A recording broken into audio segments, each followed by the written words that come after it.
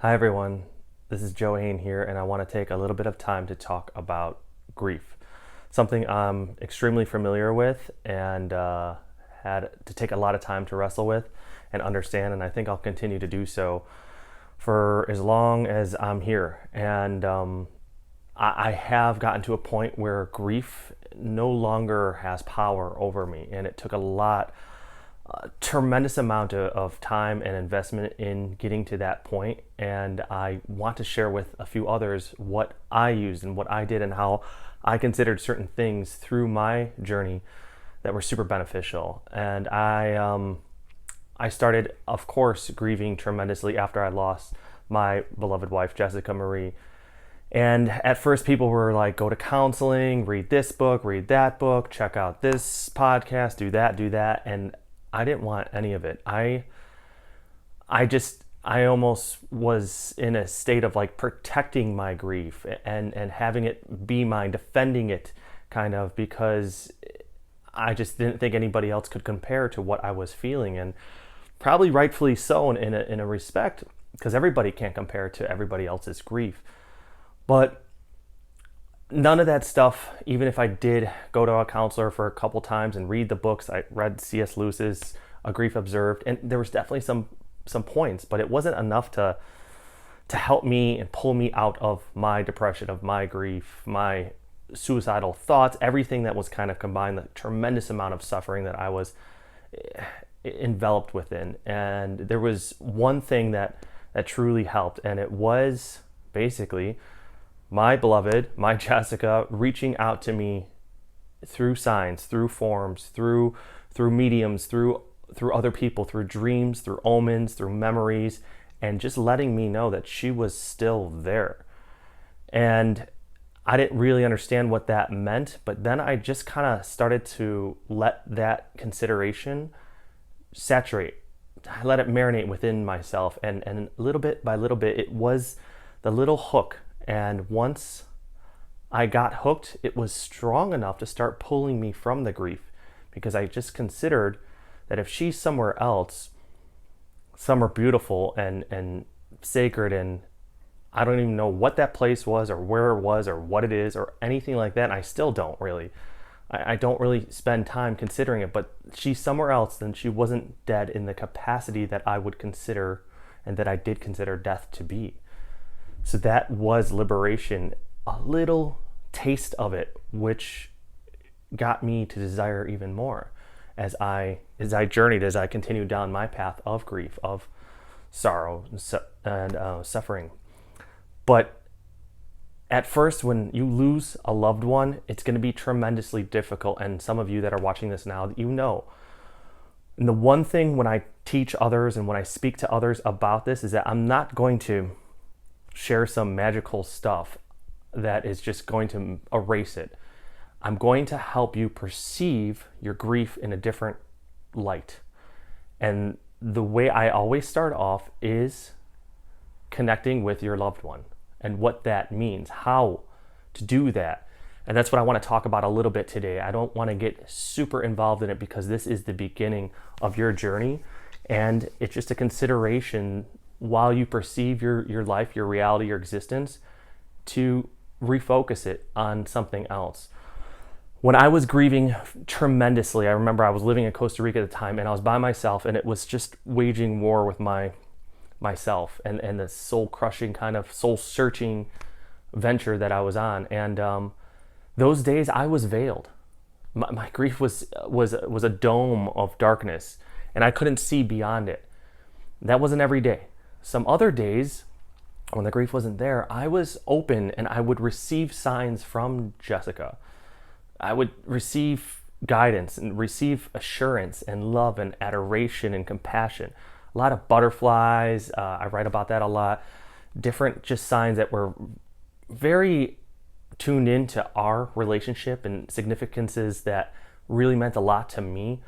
So they're not going to be anybody else's, of course, but we have no special bond, Jess and I. Everybody that I talk to that reads the stuff that I write and listens when I speak, they say we do.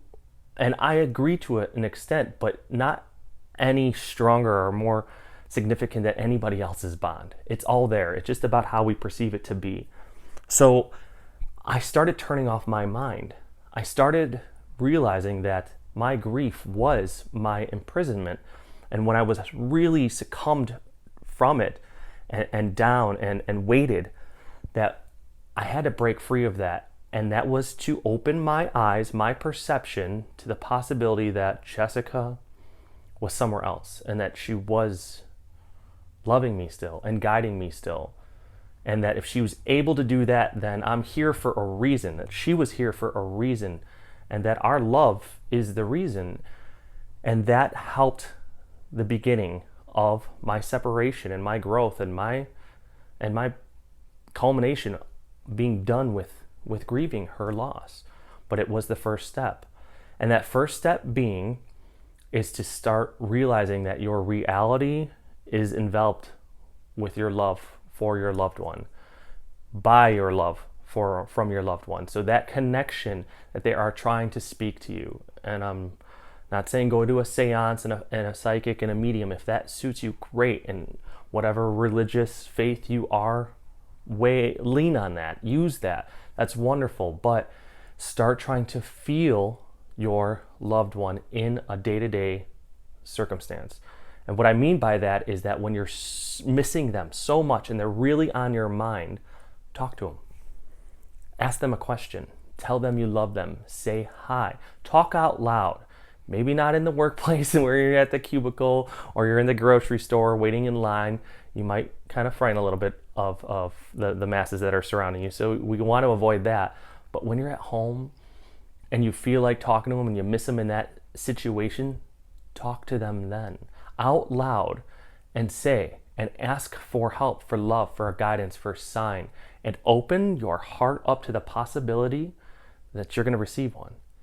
That was the biggest trial of my mind versus my heart. My mind said, you're crazy. She's not here anymore. She can't do that. Like my mind knew everything that is the beyond. How could it? My heart told me, I don't know, I'm getting something. There's some love here and I want to know more about this. So I'm going to open myself up to the possibility that she's somewhere trying to help me, trying to guide me. And that's when the signs started flooding into my existence. And just that little shift in my perception was enough for me to consider like, wait, maybe I've got this all wrong. I always equate it to when you have your relationship with your loved one, you're not with each other 24/7. Hey baby, going to work. All right, sweetie pie, have a great day. I'll see you later. Mwah, mwah. Great. You leave. What happens in that moment when you're not next to them, they're not in the same room or the same household, and they're somewhere else? That bond still exists. It's that love. You're tethered to one another through the love. It's not based on proximity.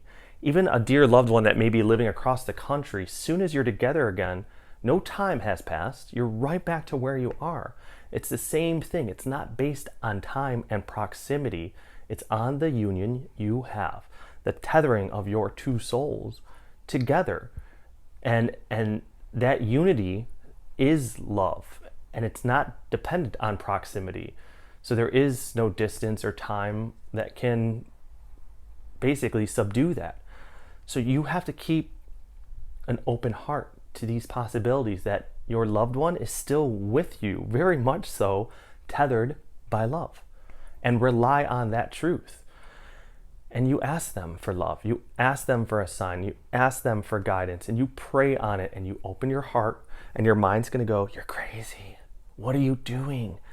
You're insane. Don't tell your family and friends about this, because they're all gonna think you're a lunatic and that you're not giving up and that it's been too long, that she needs to, or he needs to move on. And it doesn't matter what any of them say. It's the love that is within your heart. Rely on that and pray and ask and love and be open-minded to that possibility. And it may surprise you. I've helped quite a few people at this point, and all of them tell me they get signs. And it's very personal, and they're very dependent on the particular circumstance and situation of certain variables within their relationship, but they get them. And that little sign and that truth and that significance is enough to start kind of cracking open that veil of grief. And you're allowing the illumination to come through your dome, your veil of grief, and it starts splintering.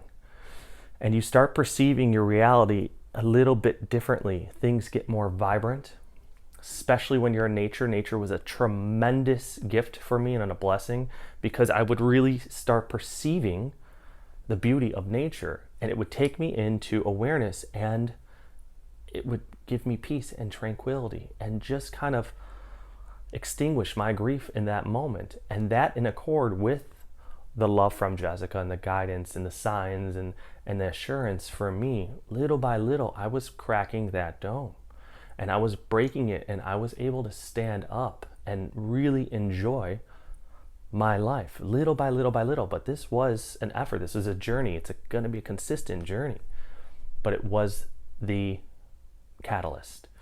It was the anchor into love and out of suffering and grief. So try it, especially if you've just lost your loved one. They're really, from what I've experienced, trying to invest in letting you know that they are with you, loving you, supporting you, guiding you, and they're there with you. And we don't have to define how or where they are or what they are. It's the love. Rely on that. That is your foundation. That is your truth. That tether that you have to that loved one is all that matters. That is the relationship, that love that you have for one another. That's what exists. So rely on that and exist within that truth, not within the mind, and try to just for a moment lay your suffering aside and purge your emotions. Cry, get angry, get frustrated, get envious, resentment, anything that comes, purge it. I used to go to the shower and just just let it out. And it was nice. It was like an embrace by the hot water and the steam and the flowing, cascading water out of the shower head would just let me go. And then out of emotional charge and all the craziness that is involved with that, when I was able to purge that, I was able to perceive my reality differently, and it helped free me. And little by little, I kept doing that, and it kept getting better and bigger and more grandeur and just more beautiful. And it helped, and it continues to help, and I still take myself back to that place. And now my life is inundated by signs from Jessica.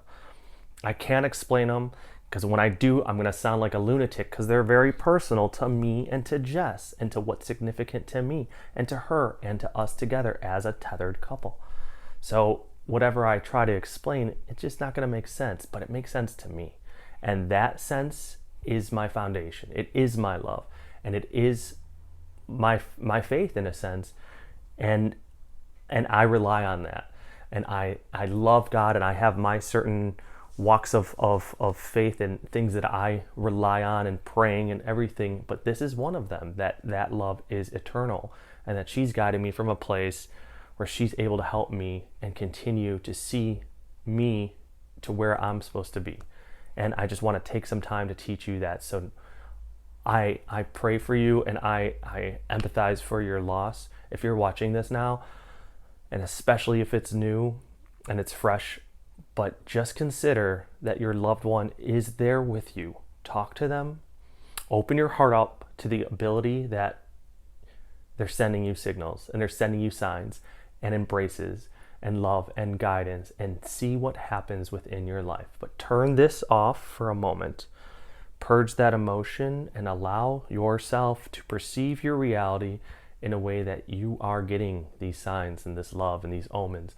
And write down your dreams if you get them, especially when your lost loved one, your past loved one is in them and influencing your dream. Write that down, because there's signs, there's messages in that a lot, most of the time. And memories that come. If you have a good memory and it makes you laugh, just embody that peace, that love, that moment, and relish in it. And talk to them. Ask them for help, ask them for signs, and again, open up your heart to that possibility, because it may surprise you, and it's a beautiful feeling. And so I wish you luck, and I'm sending prayers, and thank you for tuning in. This is Joe Hain. I wish you guys all to journey well. Thank you.